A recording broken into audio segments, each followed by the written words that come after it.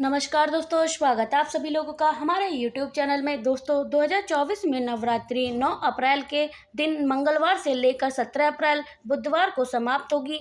आपको बता देगी पूजा का शुभ मुहूर्त 9 अप्रैल को घट स्थापना की जाएगी, जिसका समय सुबह 6:24 से लेकर 10:14 तक होगा। इसके साथ ही 11:57 से लेकर दोपहर में 12:58 तक मुहूर्त है। आप इन दोनों शुभ मुहूर्त में घट स्थापना कर सकते हैं और इस त्योहार को मना सकते हैं। आपकी जानकारी के लिए बता दें कि 8 अप्रैल को सूर्य ग्रहण भी पड़ रहा है, तो भैया नवरात्रि का व्रत सूझबूझ के साथ ही रखें।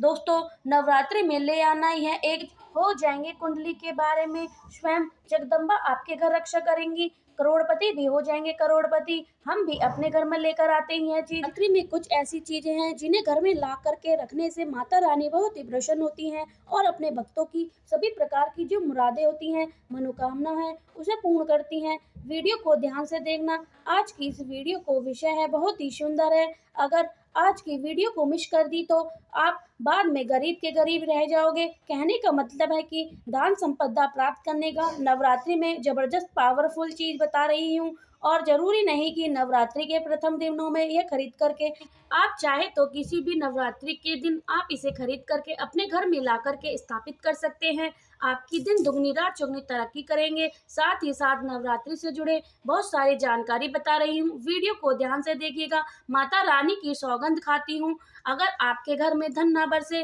तो मुझे बताना। यह चीज नवरात्रि में हम भी जरूर लाते हैं और हमें माता रानी का आशीर्वाद मिल चुका है। आज हम धन ऐश्वर्य से परिपूर्ण हैं। आज हमारे घर में धन दौलत की कोई कमी नहीं, गाड़ी बंगला सब हमारे पास है। तो हर दिन बोलती हूँ कि माता रानी नवरात्रि में माता रानी की जो सेविका होती हैं वह हमारे घर के द्वार पर 9 दिन तक आती हैं। हमें कितनी पूजा करते हैं, पाठ कर रहे हैं, माता रानी के लिए हमें कौन सा भोग लगा रहे हैं, माता रानी को प्रसन्न करने के लिए हमें अपने घर में कौन सी वस्तु घर में खरीद करके लाएं। सारी जानकारी की सूचना माता रानी को उनकी सेविका देती हैं। जी हाँ, आपने देखा होगा गाँव में अगर आप ग्रामीण इलाकों में वैसे हैं या फिर शहर रहते हैं तो मुख्य द्वार पर होता है माता रानी का, या फिर ग्रामीण इलाकों में रहते हैं तो सभी लोग आपस में सामाजिक स्तर पर माता रानी की एक प्रकार की मूर्ति स्थापित करते हैं।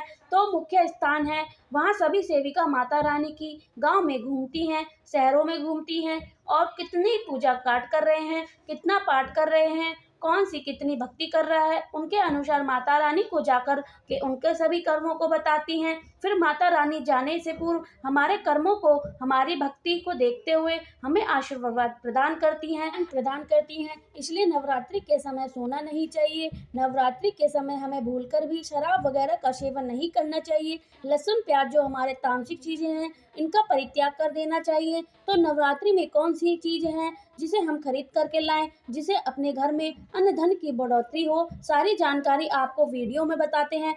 चलिए जानते हैं। आप लोगों को बताने चाहती हूँ कि नवरात्रि में हमें कौन सी चीज़ें लानी चाहिए। तो अगर आप इस प्रकार की जानकारी में इंटरेस्ट रखते हैं तो वीडियो को लाइक करिएगा, चैनल को सब्सक्राइब करिएगा, कमेंट बॉक्स में जय माता लक्ष्मी जरूर लिखिएगा। माता रानी हमसे बहुत प्यार करती हैं। दोस्तों हमारे धर्मशास्त्र कहते हैं कि आप अधिकतर लोग विदेश यात्रा करना चाहते हैं, या फिर आप में से ऐसे लोग हैं जो हमारे हिंदू धर्म में कहा गया है तीर्थों की यात्रा करना चाहते हैं। लाख प्रयास करने के बाद भी आपकी मनोकामना पूर्ण नहीं हो पा रही, जो आप हम नवरात्रि के समय में घर में ध्वज खरीद कर लाएं, इसे माता रानी को समर्पित कर दें और नवमी के दिन इसे किसी भी देवी मंदिर में जाकर इसे आप चढ़ा दें या फिर मंदिर में जाकर इसे समर्पित कर देना। बिल्कुल ही आपकी विदेश यात्रा या फिर 4 धाम की यात्रा करना चाहते हैं वह यात्रा मंगल हो जाएगी। चाहे करके भी वह यात्रा पूर्ण नहीं हो पा रही है, यानी कि समय नहीं बन पा रहा, तो आपका समय बन जाएगा, आपके सभी रास्ते खुल जाएंगे। यकीन मानिए दोस्तों,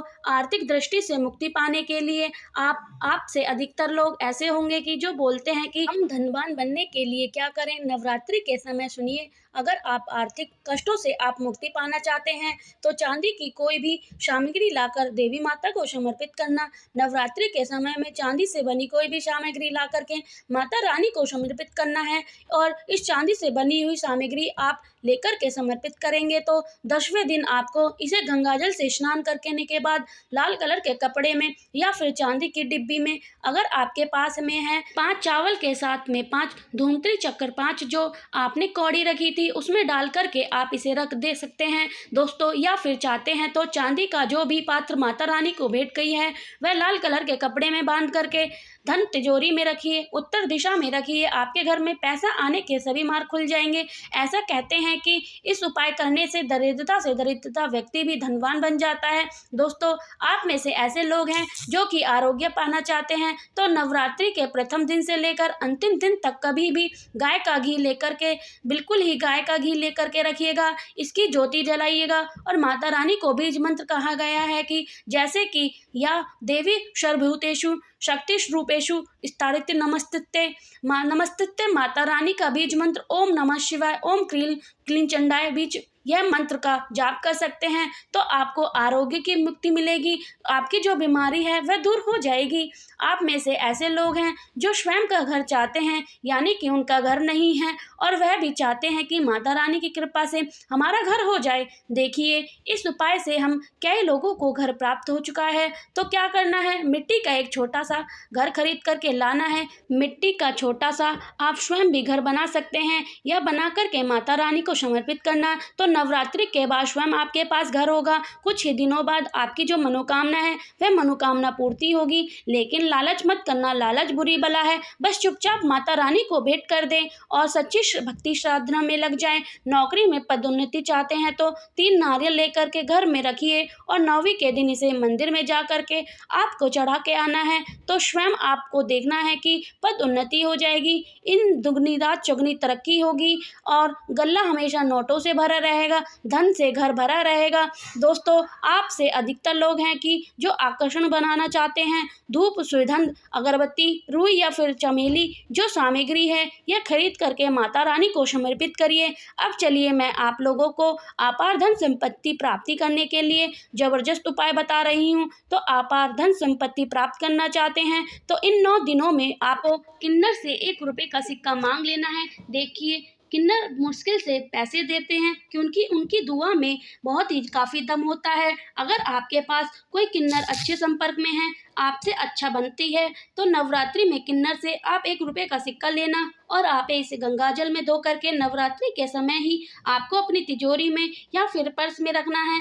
आप आजीवन आपके घर में पैसों की कमी नहीं होगी। किन्नर माँ जगदम्बा का आशीर्वाद प्राप्त करती हैं, ब्रह्मा जी का वरदान प्राप्त है, राम जी का वरदान प्राप्त है। उनका आशीर्वाद सच्चे दिल से अगर जिस भी व्यक्ति के सर पर हो जाए तो उनका बेड़ा पार हो जाता है, उसे राजा बनने से कोई नहीं रोक सकता। लेकिन याद रहे, किन्नर असली होना चाहिए। आजकल बाजार में मर्द लोग भी किन्नर बनकर दान लेते हैं, असली किन्नर की बात कुछ और ही होती है।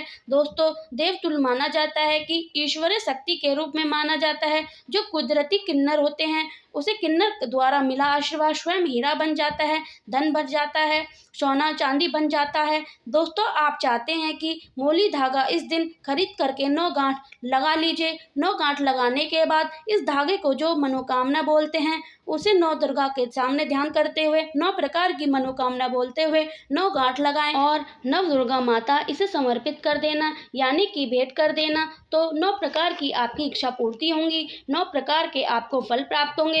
माता बड़ी प्रसन्न होती हैं, खुश होती हैं। दोस्तों, आप चाहते हो कि कमल पर विराजमान माता लक्ष्मी की तस्वीर भी ला सकते हैं, इससे धन स्मृति घर में बढ़ती है, सौभाग्य की प्राप्ति होती है। लेकिन एक बात का विशेष करके ध्यान रखें, इसे आप उत्तर दिशा में लगाना। आप चाहें तो नवरात्रि के किसी भी 9 श्रृंगार खरीद करके ला सकते हैं। ऐसा माना जाता है जो भी व्यक्ति अपने जीवन काल में चाहे एक बार क्यों ना हो, चाहे जो भी माता रानी को जीवन काल में चाहे एक बार क्यों ना हो, माता रानी को आप श्रृंगार 16 श्रृंगार चढ़ाते हैं तो ऐसे व्यक्ति की पारिवारिक जीवन में अशांति है।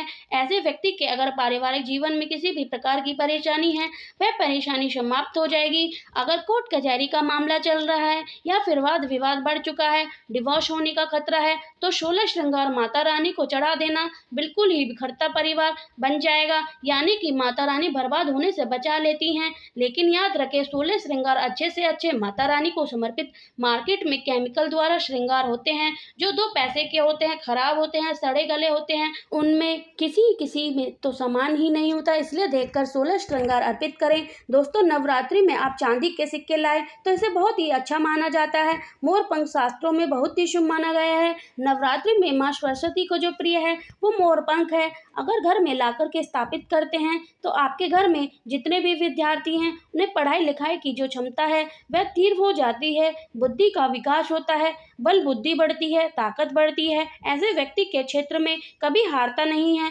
मोर पंख ला करके घर में स्थापित करके रखने से यह घर से नकारात्मक ऊर्जा को भगाने का काम करता है, घर में एक प्रकार की पॉजिटिव वातावरण कर देता है, घर में नकारात्मक शक्ति को सोख लेता है, अपने अंदर समाहित कर लेता है और आपके घर में लगे वस्तु उसमें भी भगाने का काम करता है। दोस्तों, अगर आप कुछ ना कुछ करेंगे, लेकिन नवरात्रि के समय में केले का पौधा अपने घर में जरूर लाना चाहिए। नवरात्रि में अगर कोई भी व्यक्ति केले का पौधा अपने घर में लगाता है, आंगन में लगाता है, पूजा करने के बाद रोज इसमें जल चढ़ाता है, तो ऐसा माना जाता है कि ऐसे व्यक्ति को धनवान बनने से, गुणवान बनने से दुनिया की कोई भी शक्ति नहीं रोक सकती है। केले के वृक्ष में स्वयं माता लक्ष्मी, जगत मां लक्ष्मी नारायण जी बसते हैं और नवरात्रि में अगर केले का वृक्ष घर में लगाया जाए तो घर में खुशहाली आती है, तरक्की बढ़ती है, नौकरी प्राप्त होती है, सरकारी नौकरी प्राप्त होती है।